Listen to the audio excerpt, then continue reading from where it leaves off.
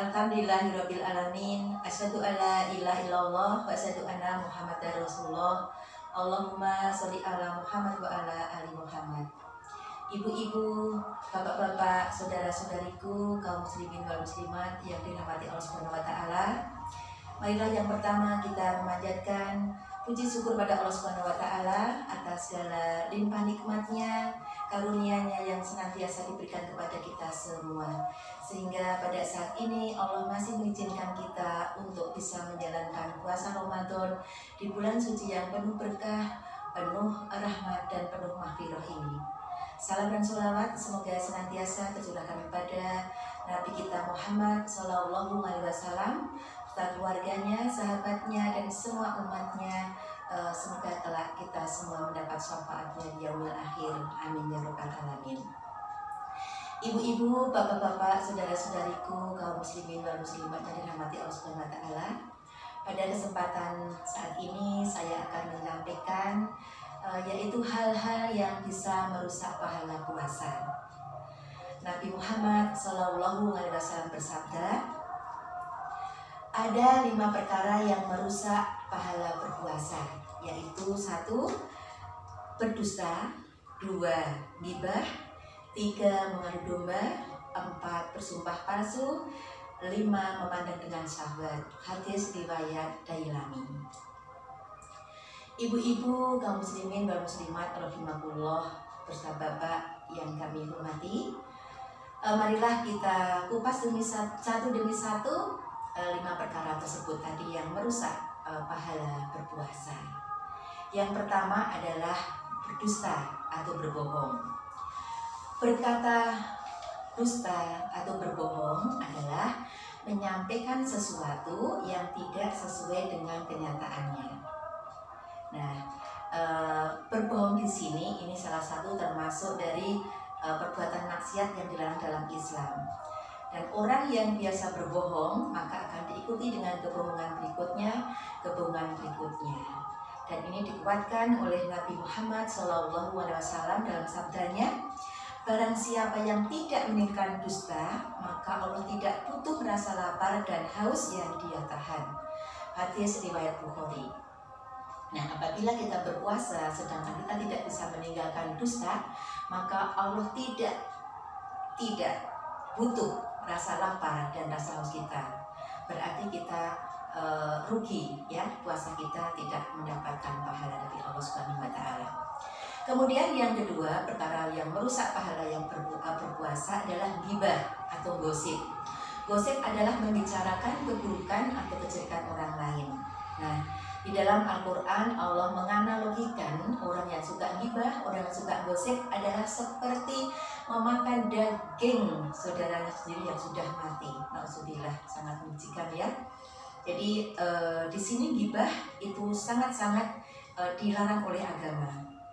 Dan tentu saja kita jangan sampai menghibah atau menggunjing saudara kita, teman kita, bahkan suami kita, anak-anak kita, ya, karena itu nanti akan merusak pahala berpuasa kita. Dan ini dikuatkan oleh Nabi Muhammad SAW dalam sabdanya, puasa bukanlah hanya menahan makan dan minum saja, akan tetapi puasa adalah dengan menahan diri dari kata-kata atau perkataan sia-sia dan rofat. Apabila ada seseorang yang mencelamu atau berbuat usil kepadamu, katakanlah, aku sedang puasa. Aku sedang puasa. Hadis riwayat Ibnu Huzaim. Maka kalau orang berpuasa tidak bisa meninggalkan ghibah atau gosip, maka puasanya hanya dapat lapar dan haus, tidak mendapatkan pahala apa-apa. Kemudian perkara yang ketiga yang akan merusak pahala berpuasa adalah adu domba atau fitnah. Akar dari perbuatan adu domba dan fitnah adalah kebencian. Adu domba dapat berupa rasa tidak senang melihat orang lain rukun, kemudian difitnah agar hubungan mereka menjadi rusak. Ya, mungkin ada yang pertemanan, kemudian persaudaraan dengan begitu harmonis, begitu mesranya saling membantu, dan ada orang lain yang iri, maka yang iri itu akan mengadu domba atau memfitnah salah satunya, dan dengan tujuan agar hubungan mereka menjadi rusak. Ya, ini didasarkan pada sabda Rasulullah Muhammad SAW, pelaku adu domba tidak akan masuk surga. Hadis riwayat Muslim. Bapak Ibu yang kami hormati dan kaum muslimin dan muslimat yang dirahmati Allah Subhanahu wa taala, perkara yang keempat yang merusak pahala berpuasa yaitu bersumpah palsu. Ya, bersumpah palsu itu adalah perbuatan lain yang bisa merusak pahala puasa. Menyatakan sumpah tapi berbohong merupakan perbuatan yang dilarang dalam Islam. Apalagi jika sampai membawa nama Allah di awal sumpahnya, seperti demi Allah, insya Allah, nah itu ya. Dan apalagi sumpah palsu adalah salah satu dari 3 dosa besar.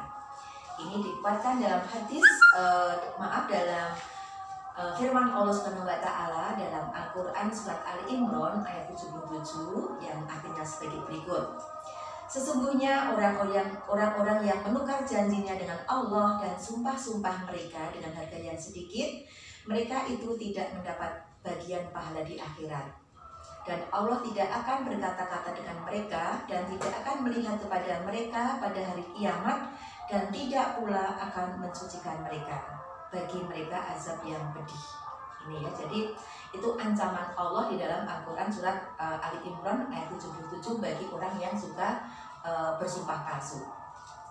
Kemudian yang terakhir, perkara yang merusak pahala puasa yaitu tidak menjaga mata dari syahwat. Kita semua tahu bahwasanya yang namanya puasa adalah menahan dari rasa apa? Rasa lapar, rasa haus dan syahwat.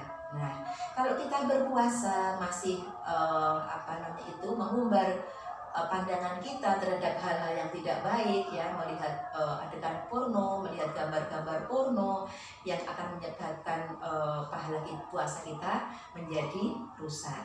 Nah, ini Nabi Muhammad SAW bersabda, pandangan merupakan salah satu anak panah iblis, diriwayatkan dalam hadis Al-Hakim dan Tabrani.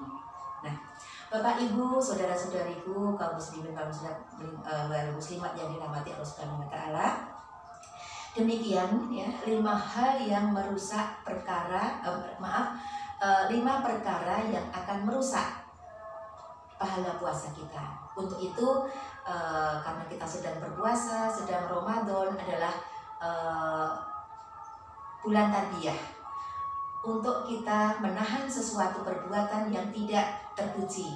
Jadi kita dari bulan Ramadan lah kita harus berusaha belajar meninggalkan larangan-larangan Allah, dan sehingga nanti ketika kita keluar dari bulan Ramadan kita benar-benar menjadi orang yang bertakwa sesuai dengan perintah Allah berpuasa, yaitu agar menjadi orang-orang yang bertakwa. Demikian dari kami, apabila ada salahnya dari kami pribadi dan segala kebenaran datangnya dari Allah Subhanahu wa taala.